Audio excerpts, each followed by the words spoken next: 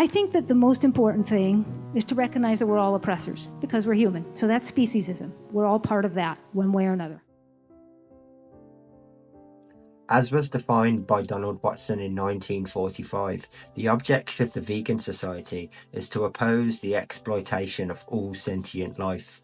This was further built on again by Eva Batt in 1964, where she said, "Veganism is one thing and one thing only, a way of living which avoids exploitation, whether it be of our fellow man, the animal population, or the soil for which we rely on for our very existence." So essentially, veganism is a social justice movement that opposes the exploitation of all sentient life and the resources that belong to those environments and habitats. This affects all of us. For any injustice in this world potentially that exists, or any oppression that exists, or any exploitation that exists, or any tyranny that exists, veganism would seek to cure it, seek to oppose it, seek to abolish it, seek to eradicate it.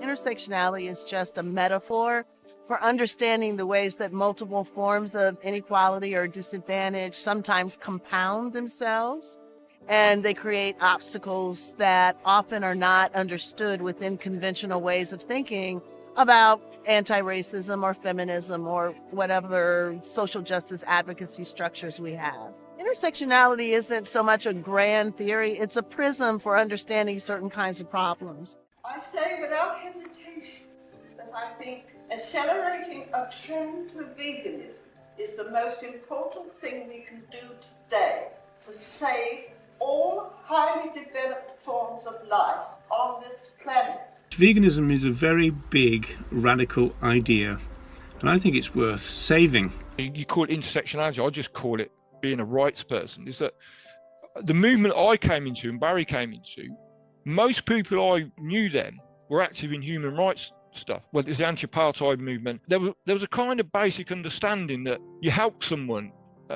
when they're fighting something bigger than themselves. You just do. There was no big need conversation about it. We were just all political animals. The kind of veganism that I'm used to would be called pro-intersectional in nature. In other words, a blend of human rights, animal rights, environmental concerns. However, there's also a pushback, I'd say, within the movement as advocates resist bringing human issues into what they feel should be a non-human animal space only. And my question is, firstly, why do you feel that an interconnected approach is so vital to our advocacy? And maybe as an extension of that, how can we take that interconnected approach while still ensuring that we always center the other animals in this movement? I mean, for people who are like, yeah, don't bring non-animal issues into the movement, that's not how oppression works. That's just basic social science. And there are connections between people's attitudes towards women and other minorities and non-human animals. It's basic social science. We have to abolish speciesism. We have to abolish racism. We have to abolish sexism, homophobia, ableism, and capitalism. Things that need our attention: world hunger and child abuse, for example, apartheid, drugs, violence to women, the plight of the homeless. After we take care of these problems, then we can worry about animal rights. This objection misses the mark, for the rank and file of the animal rights movement is composed of people whose first line of service is human service. So I think that the most important thing is to recognize that we're all oppressors because we're human. Right? So that's speciesism. We're all part of that, one way or another. Nobody's clean. Nobody's clean. And so humility, letting go of our arrogance. And to see why looking at problems through an intersectional lens can be not just beneficial, but actually essential. Who is it who should have rights? Whose interests should be respected? Anyone who has them. The unity of the human, earth, and animal liberations. The movements for human, earth, animal liberation. And when we start to put these movements together, we get what I call total liberation. 1970, I coined the term speciesism to describe the prejudice against the other species and to draw the analogy with other prejudices like racism and sexism. All species are related biologically and through evolution.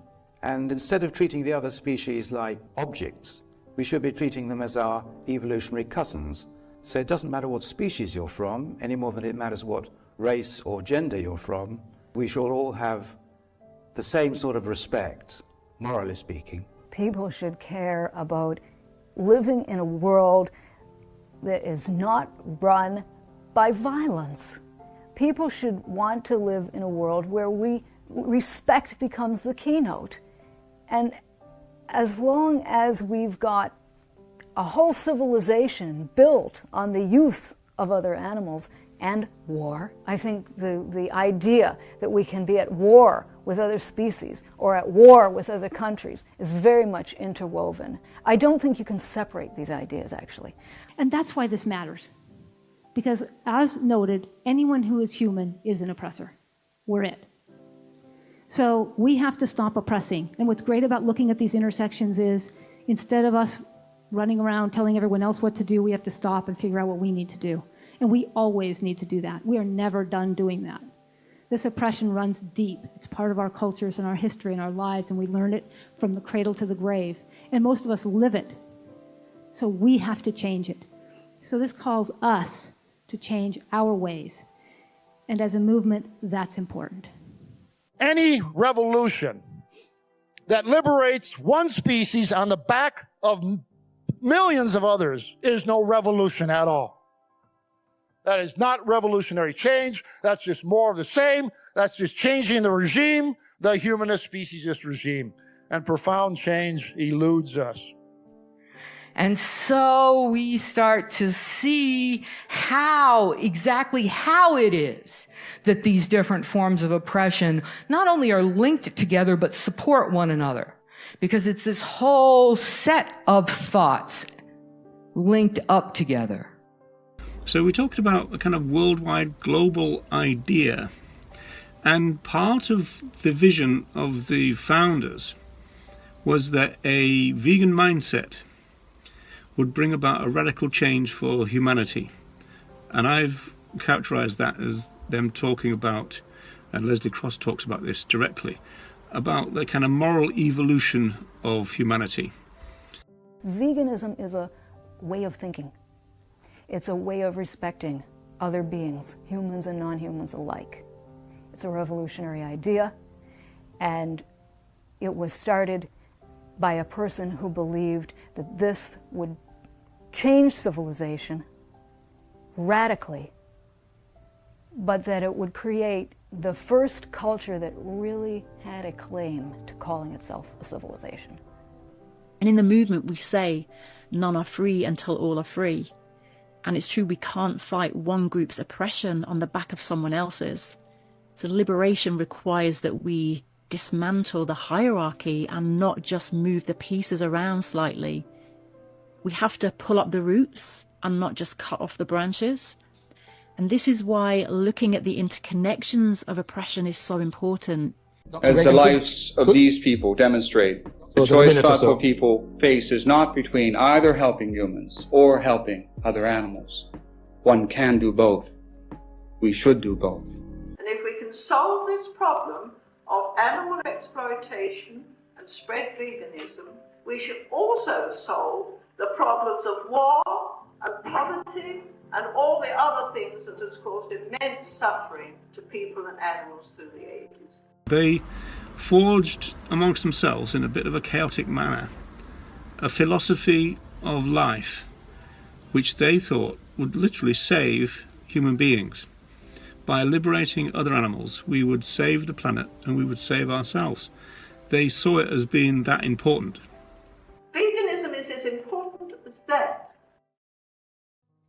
I hope now that it's clear to see that veganism at its core is a profound commitment to justice, extending far beyond dietary choices to challenge all forms of exploitation and oppression. As we've explored, it's not just about the animals, it's about dismantling interconnected systems of injustice that affect humans, non-humans, and the environment alike.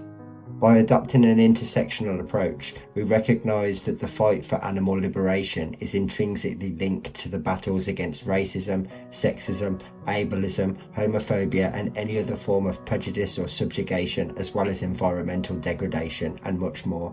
The holistic perspective doesn't dilute our advocacy, it strengthens it, ensuring that our pursuit of justice is comprehensive and inclusive. In embracing this vision, we don't just advocate for the victims, we pave a way for a more equitable, respectful and compassionate world for all of us. For in reality, there is no such thing as an intersectional vegan, for veganism is inherently intersectional. It always has been and it always will be. The evidence is both compelling and overwhelming. And you know what? Even if it wasn't, it's just common sense. It's just logical consistency. Our job is not done until we have a world where justice and liberation is recognised for all sentient life. For until all of us are free, none of us ever will be.